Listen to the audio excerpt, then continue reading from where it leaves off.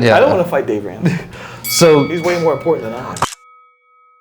we are with Steve Newen. He is with Hackman Financial, and he's been gracious enough to spend some time with us. I would say, I mean, if you are and this might be over 7 lines, but we're going to roll with it anyways. If you are, especially I think a lot of Christian churches, even non-denominational Christian churches, the name Dave Ramsey has come up, especially with younger families. Obviously, he is a zero debt kind of guy. I mean, how do you feel about, there's things I agree with him, there's things I don't agree with him. I absolutely, if you can pay your credit card off and get those miles, I have 2 trips in the next month that are completely paid for because of those miles, but some people can't do that. But how do you feel about Dave Ramsey's system? You know, I can't knock Dave Ramsey's system because if you think of the core of it, it has some very strong core values that make sense. Low debt, pay cash, live within your means, think about the future, budgeting is a big part. So the Dave Ramsey system, you can't criticize the system itself. Right. Certainly, each of us has to make our own decision based on how we live our life as to what part of Dave Ramsey's system makes sense for us.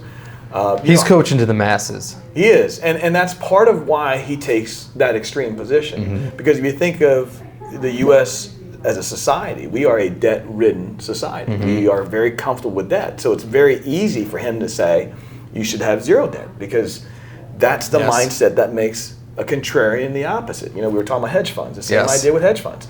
They understand that when you are contrarian to what the masses are, there's money to be made. Right. And there's lessons to be learned. So in there is the lesson.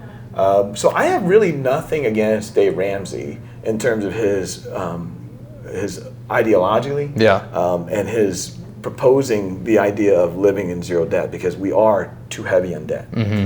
It doesn't always fit the decision for me personally, because I'm comfortable with having a 3% mortgage rather than paying cash for a piece of property. Right. And I'm sure you see that every day of your life.